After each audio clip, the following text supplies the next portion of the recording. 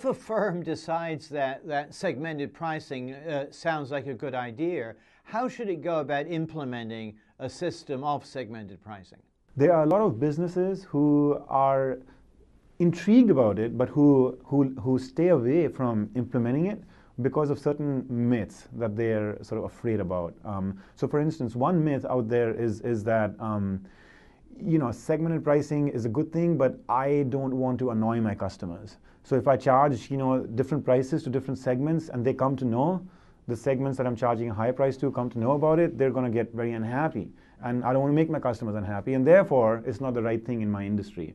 In fact, there are a number of mechanisms that you can use to implement segmented pricing, which do not require you to, in a sense, really put it out there in a very overt way so that customers end up feeling very unhappy about being charged different prices for the same product. And so let me give you a couple of examples of things you could do. In fact, to give you a couple of examples, let me sort of give you a story about Coke. Coke, a few years ago, went down the path of making a bold announcement to industry and to the media that they were going to experiment with something very novel, which was to try to do dynamic pricing of Coke on vending machines in Brazil.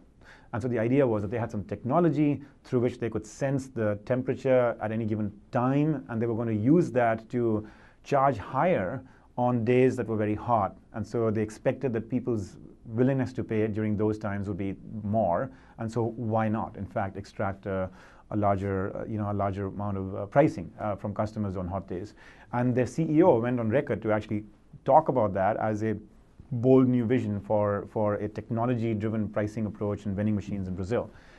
In fact, it hit them in their face because the media and their competition and consumer interest groups, not just in Brazil but around the world, and particularly in the U.S., stepped up a huge amount of criticism for Coke around this idea, claiming that Coke was being very unfair to customers by charging higher on those warm, hot days when these customers with parched throats were going to be desperate for something to drink, and etc. Right? Now, so that to me is a prime example of the kind of fear that people live with in terms of, I can't do segmented pricing because it's going to hurt customers, and this might be cited by them as an example of a company that really got badly hit by trying to adopt this notion. Well, here are a couple of things that Coke could do. I talk about it in our MBA class as something to just push the thinking of students to say, what could Coke have done to eat its cake and have it as well? I.e. to actually implement the notion of segmented pricing they wanted to charge higher on certain days versus others, without making it so overt that it led to the kind of backlash it did. And when we push our thinking, we can come up with 3 or 4 ideas of how they could do that. So for instance, one of it would be that you just position the same price change in a different way. Instead of calling it a price increase on hot days, why don't you make that higher price sort of your official default price, and you offer a discount on cooler days? In that sense, it sounds like you're actually giving value back to the customer, and it's purely a perceptual issue, but one that often customers react very differently to when they're given a saving on certain days as opposed to an unexpected premium pricing on certain days. Another example would be, what if you actually created a different version of Coke? So it's almost a different product for those hotter days, right? So you could imagine that you're cooling the Coke more because after all it's a hot day and there's more power being consumed and more value that you're creating by actually cooling the Coke more. Maybe even the actual material, the aluminum that the Coke is, the can that is in, is a little bit more, thermostatic, whatever, so that it can actually, protect the cool temperature inside more. Maybe you actually make it show more dew on, on the outside, so it looks actually, that it's actually cooler. Maybe you make the vending machine make some more groaning, moaning sounds on those hot days, so it looks actually doing a lot more hard work to keep your Coke really cold.